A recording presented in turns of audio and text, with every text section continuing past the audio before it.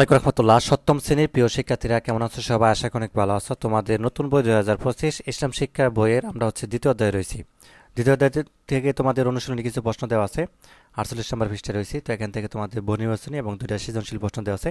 এই প্রশ্নগুলোর সমাধান দেখবো। এক নম্বরটা দেখো, মানুষকে সংযম শিক্ষা দেয় কোন ইবাদত? সাওম, তাই না, মানে রোজা। আর সাদাকাতুল ফেতর আদায়ের মাধ্যমে কি হয়? সাওম পালনের সকল দুষ্টুটি দূরীভূত হয়, গরিবের পানাহারের ব্যবস্থা হয়। 1 এবং 3, এতে গ নাম্বারটা হবে। এখানে বলছে ধনাঢ্য ব্যক্তি মুরাদ সাহেব অর্থাৎ সাহারি খেয়ে যথারীতি সাম শুরু করলেন। দুপুরে প্রচণ্ড গরম পড়াতে ইচ্ছে করে ভাত খেয়ে নিলেন। পরবর্তীতে তিনি কাজা হিসেবে একটি রোজা আদায় করলেন। মুরাদ সাহেবের কাজের মাধ্যমে লঙ্ঘিত হয়েছে ফরজ, ক নাম্বারটা। উপযুক্ত কারণে মুরাদ সাহেবকে কাজা করতে হবে, কাফার আদায় করতে হবে। 1 এবং 2, এই যে ক নাম্বারটা। সৃজনশীল প্রশ্নটা দেখো, 1 নাম্বারটা। জসিমউদ্দিন একজন কৃষক, তো সারাদিন তিনি মাঠেই কাজ করেন। তো নামাজের সময় হলে ক্ষেতের পাশে কাপড় বিছিয়ে নামাজ আদায় করেন। জুমার দিনে তিনি মসজিদে না গিয়ে জোহরের সালাত আদায় করেন। তার প্রতিবেশী জহিরউদ্দিন তাকে বলেন, জুমার নামাজ আদায় করার জন্য শরীয়তের কিছু বিধান রয়েছে এবং আজান হয়েছে গেছে এবং আমি মসজিদে যাচ্ছি, ঠিক আছে, তো তুমিও আমার সাথে চলো। তখন জমিরউদ্দিন বলেন, মসজিদে অনেক দূর, কাজের ক্ষতি হবে বলেই ক্ষেতের পাশে জোহরা নামাজ আদায় করছি। ইবাদত কি? ক নাম্বারটা। আল্লাহ প্রদত্ত রাসূল সাল্লাম প্রদর্শিত পন্থার জীবন পরিচালিত করা ইবাদত। মুসাফির বলতে কি বোঝায়? মুসাফির আরবি শব্দ, এর অর্থ হচ্ছে ভ্রমণকারী। কমপক্ষে 48 মাইল দূরবর্তী কোনো স্থানে যাওয়ার নিয়তে কোনো ব্যক্তি বাড়ি থেকে বের হলে শরীয়তের পরিভাষায় তাকে মুসাফির বলে। এই পর্যন্ত দিবা শেষ। জমা জমা নামাজের ব্যাপারে জমির উদ্দিনের মনোভাব কি প্রকাশ পেয়েছে? ব্যাখ্যা করো। আচ্ছা, জমির উদ্দিনের মনোভাব ইসলামের ফরজ ইবাদত পালনে অবহেলা উদাসীনতা প্রকাশ পায়। কারণ তিনি সারাদিন মাঠে কাজ করেন, নামাজের সময় হলে ক্ষেতের পাশে কাপড় বিছিয়ে নামাজ আদায় করেন। তো জুমার দিনে মসজিদে না গিয়ে জোহর সালাত আদায় করেন, এক্ষেত্রে তিনি কাজের অজুহাত দাঁড় করান। তো আমরা জানি 5 ওয়াক্ত নামাজের ন্যায় প্রত্যেকে প্রাপ্তবয়স্ক বুদ্ধিমান স্বাধীন মুসলিম পুরুষের উপর জুমার সালাত আদায় করা ফরজ। আর এর অস্বীকারী কাফির। অবহেলা করে কেউ সালাত আদায় না করলে সে ফাসিক হয়ে যাবে। সুতরাং জমির উদ্দিন কাজকে আমরা ফিসাক হিসেবে গণ্য করতে পারি। এটিকে দিয়ে দেবা। গ নাম্বার, জমা নামাজের বিষয়ে জহিরুদ্দিনের বক্তব্যের যৌক্তিকতা পাঠ্যবইয়ের আলোকে বিশ্লেষণ করো। উদ্দীপকে উল্লিখিত জহিরুদ্দিনের বক্তব্যটি ছিল জমান নামাজ আদায় করার জন্য শরীয়তের কিছু বিধান রয়েছে, যা অত্যন্ত যৌক্তিক ও যথার্থ বলে আমি মনে করি।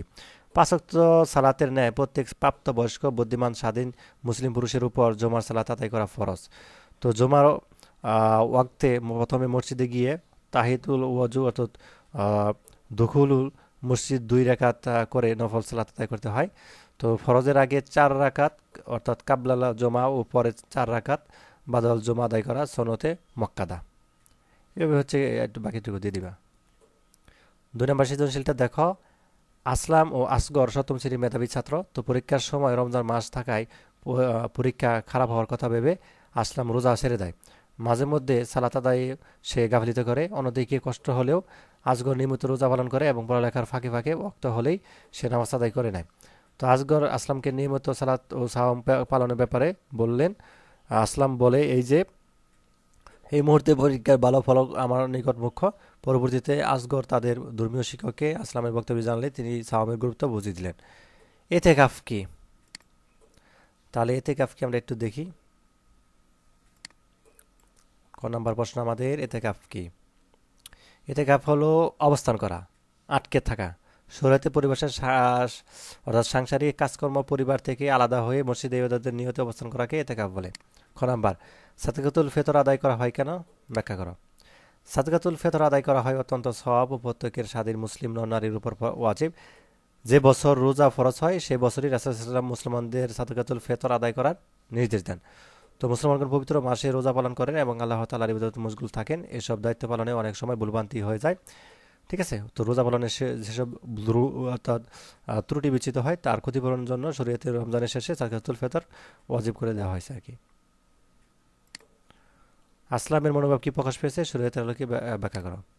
তো আসলামের মনোভাব ইসলামের ফরজ বিধান পালনে উদাসীনতা প্রকাশ পেয়েছে। উদ্দীপকে দেখা যায় যে আসলাম সপ্তম শ্রেণীর মেধাবী ছাত্র। পরীক্ষার সময় রমজান মাস থাকায় পরীক্ষা খারাপ হওয়ার কথা ভেবে আসলাম রোজা ছেড়ে দেয়। তো মাঝে মধ্যে সালাত আদায়েও সে গাফিলতি করে, যা শরীয়ত পরিপন্থী কাজ। তো বাকিটুকু এখান থেকে ব্যাখ্যা করে দিবে। আজগরের কাজের পুরস্কার কোরআন হাদিসের আলোকে বিশ্লেষণ করো। উদ্দীপকে পাঠ পাঠ করে আমরা জানতে পারি যে আজগর নিয়মিত রোজা পালন করে পড়ালেখার ফাঁকে ফাঁকে ওয়াক্ত হলে নামাজ আদায় করে নেয়। তো জমির উদ্দিনের আমরা জানি যে একজন মুসলিমের দৈনন্দিন জীবনে সালাতের গুরুত্ব পরিসীম। সালাত মানুষকে নৈকট্য অর্জনে সহায়তা করে, এর মাধ্যমে বান্দা তার প্রভুর সান্নিধ্য লাভ করতে পারে। তো ইমান মজবুত হয় এবং আত্মা পরিশুদ্ধ হয়। তো সালাতের গুরুত্ব সম্পর্কে রাসূল সাল্লাল্লাহু আলাইহি ওয়াসাল্লাম বলেছেন, যে ব্যক্তি মনোযোগ সহকারে সালাত আদায় করে কিয়ামতের দিন ওই সালাত তার জন্য নূর হয়ে দাঁড়াবে। ঠিক আছে, এখান থেকে আর কিছু ব্যাখ্যা এই পর্যন্ত ব্যাখ্যা করে দিবে শেষ। এই ছিল আজকের মতো। ধন্যবাদ সবাইকে ভিডিওটি দেখার জন্য। আল্লাহ হাফেজ।